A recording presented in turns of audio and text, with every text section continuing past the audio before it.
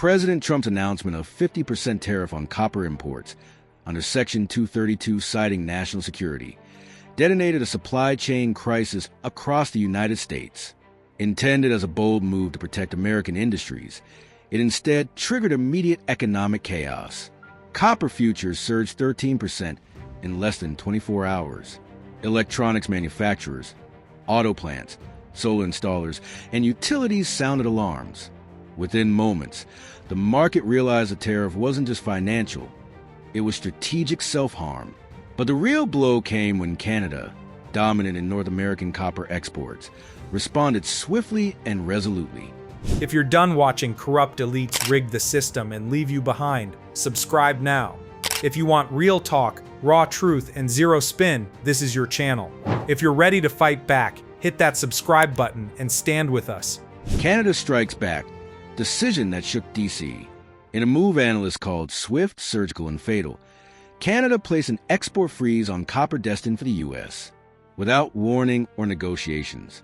Instead, Canadian copper producers pivoted shipments to Japan, South Korea, China, and India, effectively turning the tariff into a mirror. U.S. dependency was reversed. That strategic retaliation revealed a critical failure in Trump's plan. Canada had export leverage that the U.S., despite its size, couldn't match. Result? $4.2 billion rapidly drained from U.S. copper supply chains. Construction ground to a halt. EV assembly slowed, and electronics orders stalled. A golden, critical metal became a geopolitical weapon overnight. Swing states shocked. Who loses? Midwestern manufacturers, particularly in Ohio, Indiana, and Michigan, were caught in the crossfire. Wiring suppliers saw copper costs jump by 20%, wiping out profit margins. Small automotive component shops lost bids to cheaper, tariff-free supply from Southeast Asia. Utility companies announced electricity rate hikes to cover skyrocketing copper expenses. One parts factory manager in Cleveland put it bluntly, "We panicked when prices jumped, but when Canada stopped shipping altogether, it was game over." Factories closed, workers were furloughed, and the prediction came true. Nearly 0.5% shaved off U.S. GDP in a single quarter as industries recalibrated in crisis. Trump erupts in public anger. Seconds after trade cameras switched live, Trump erupted, called Canada economic traitors, and accused them of backstabbing our patriotic workers. Threatened to axe CUSMA agreements if Canada didn't reverse its export ban. Promised retaliatory tariffs on Canadian minerals, timber, and even maple syrup exports. It was a meltdown in real time. A swagger-drunk president lashing out at a neighbor who dared to exercise market power. Battle lines drawn, global metals market shifts. With U.S. copper supply convulsing and domestic refineries unable to compensate, Brazil, Chile, and Peru stepped in to fill gaps. Key data in just 2 weeks after the freeze. Brazilian copper exports to China increased 27%. Chile granted expedited export access to European buyers. Peru doubled its refined copper contracts with India. Meanwhile, South Korean chip manufacturers and Japanese EV producers began locking long-term contracts with Canadian refineries, realizing stability trumps legalistic nationalism. Trump's tariff rippled into a global redistribution of supply relationships, with the U.S. on the losing end. Industries collapse while Canada invests. Despite American anguish, Canada doubled down, signed 2 multi-billion-dollar green metals agreements with Germany and South Korea, launched new processing zones for copper and lithium in British Columbia, designed to power EV and battery manufacturing, proclaimed a Steel and Metal Sovereignty Act that shields Canadian supply chains from foreign coercion, implicitly referencing the U.S. actions. Canada wasn't playing defense. They were building dominance. And the world noticed. Economic aftershocks. Stocks drop, projects halt. The macroeconomy trembled. Copper-linked ETF prices jogged south 14%. Utility stocks dipped as investor confidence weakened. Construction firm LinkedIn postings for electricians and shrink-wrap warehouses rolled back hiring. Even big tech paused data center builds as wiring costs became unpredictable. Financial media called it a supply-side meltdown. Trump called it price patriotism. But for consumers and companies, it was the same. Cost-push inflation they didn't ask for with little recourse. Political fallout. Republicans at odds. Democrats call for tariff rollback. Momentum flipped fast. Governors in steel and manufacturing states demanded a reversal of the copper tariff. Senate Republicans expressed concern over supply chokes in national infrastructure planning. Democratic lawmakers joined forces to block Trump's next mineral tariff decree unless congressional hearings happen first. Across the board, leaders stress one point.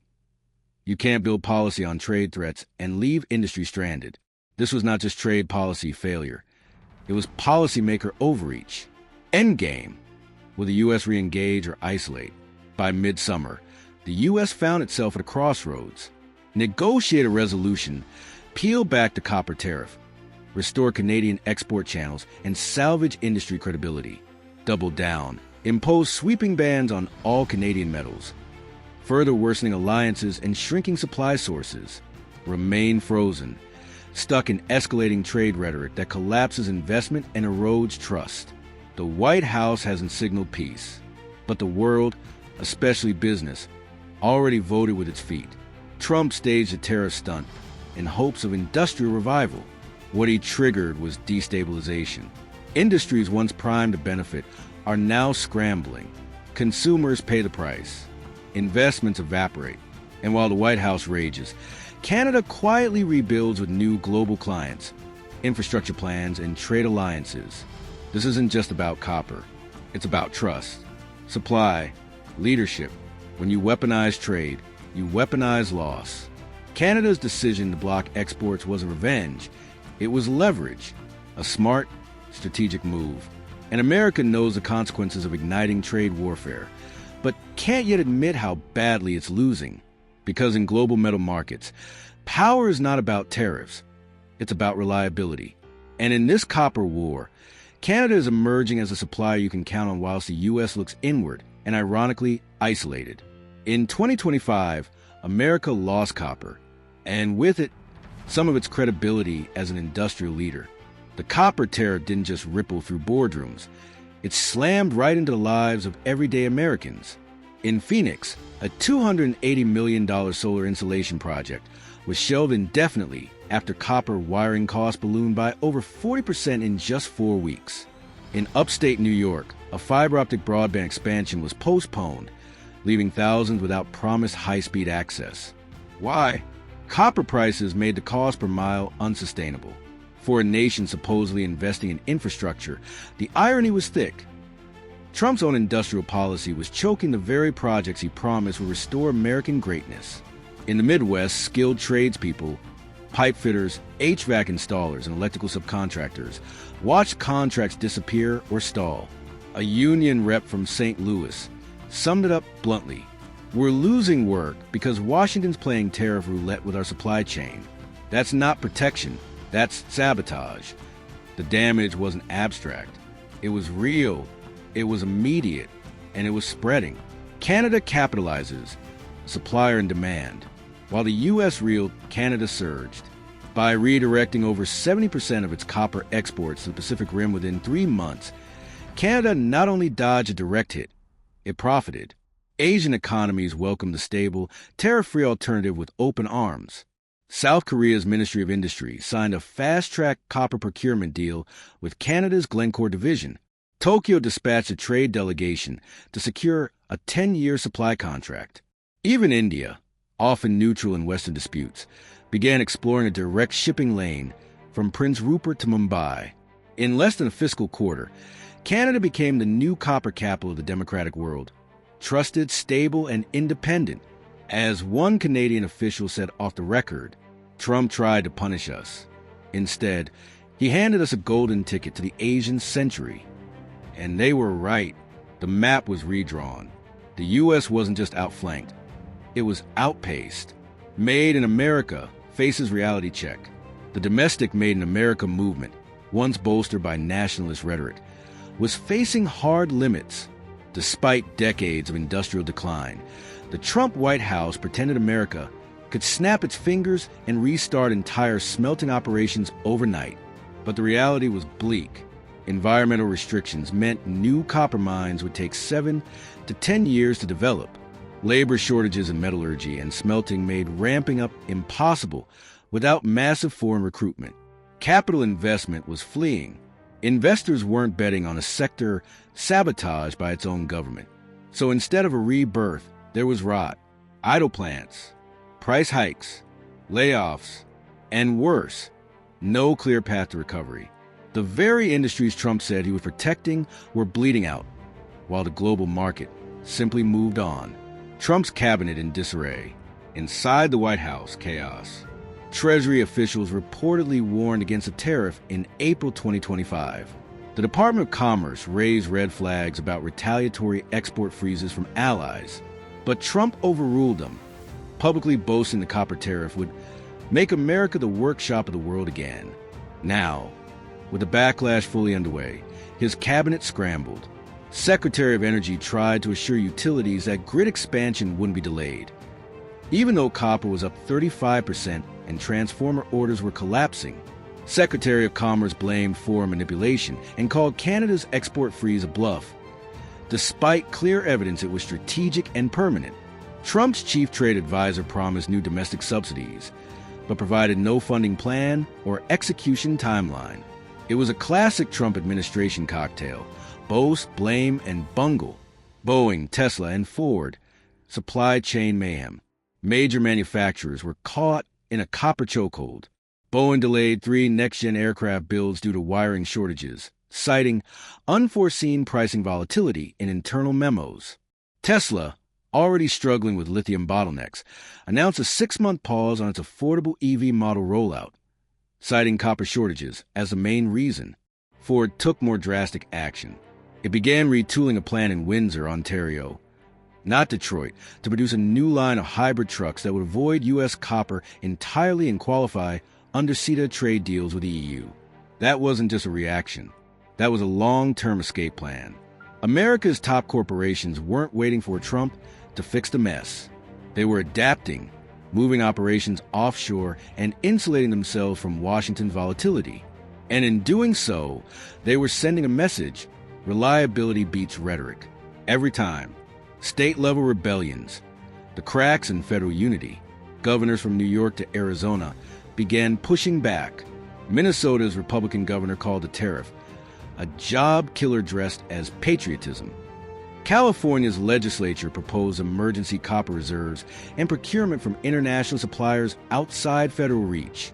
Texas, Trump's supposed bastion, announced it would seek bilateral arrangements with Mexico and Canada on raw materials, citing federal incompetence.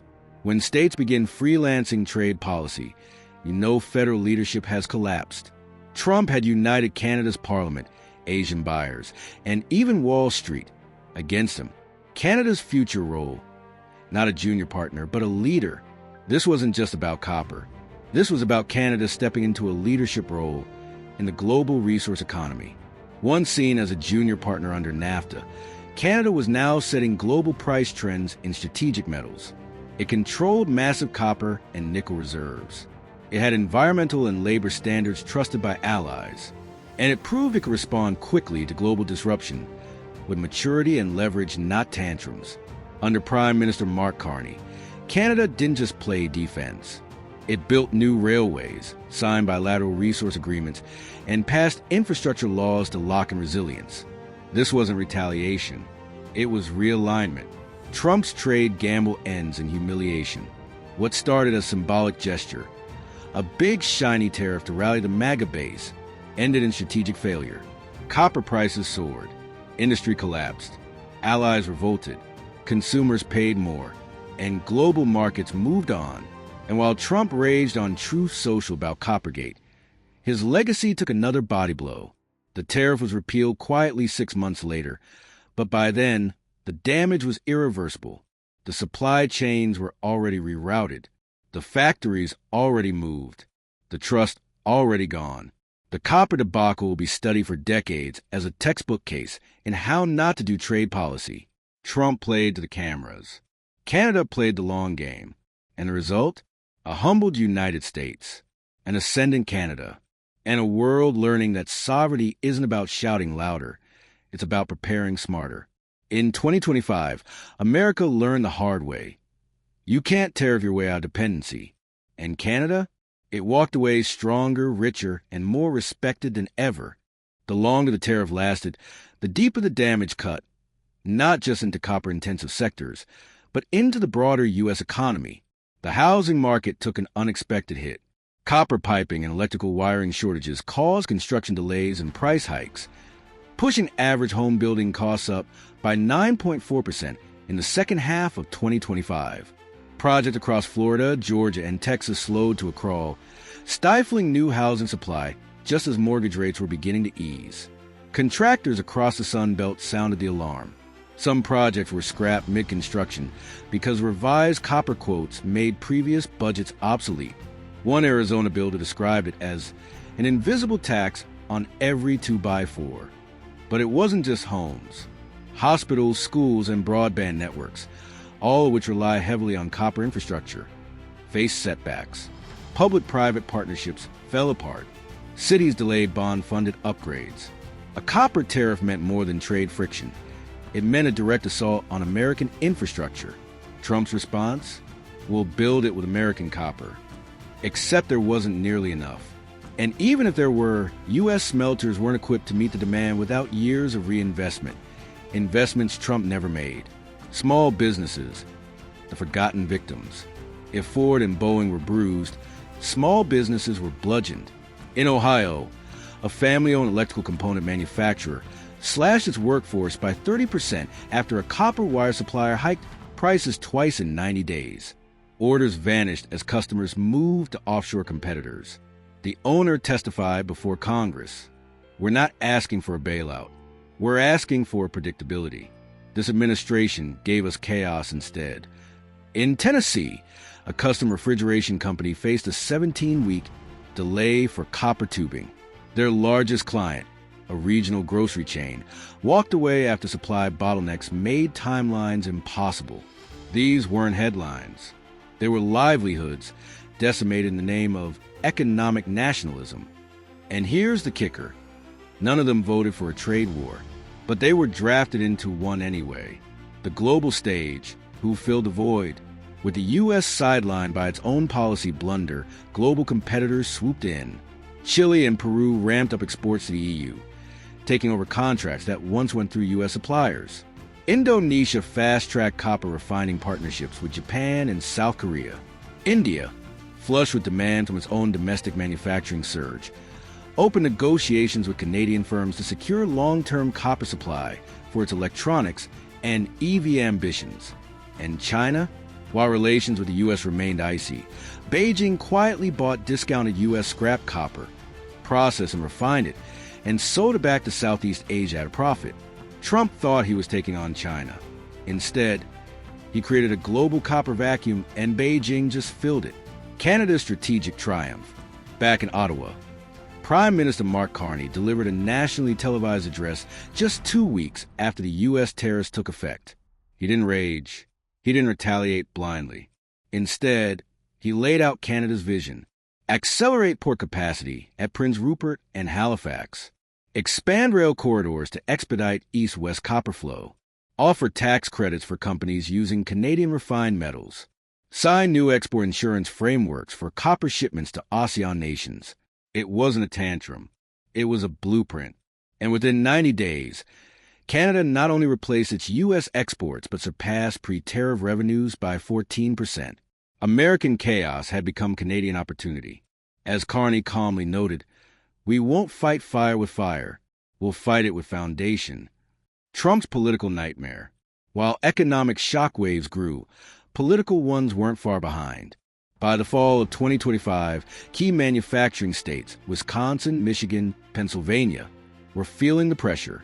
Union leaders turned against Trump. Chambers of Commerce called emergency meetings.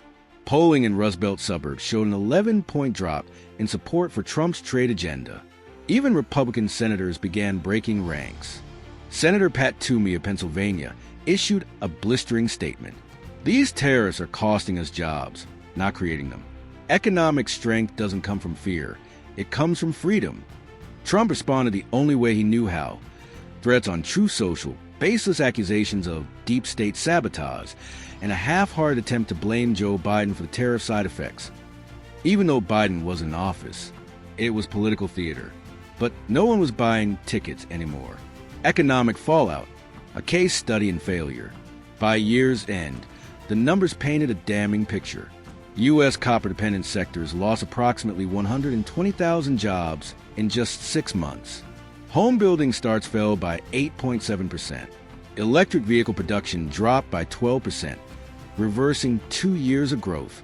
Average cost increases for infrastructure projects range from 6 to 13%. GDP growth revised down by 0.5%, with recessionary warnings flashing red.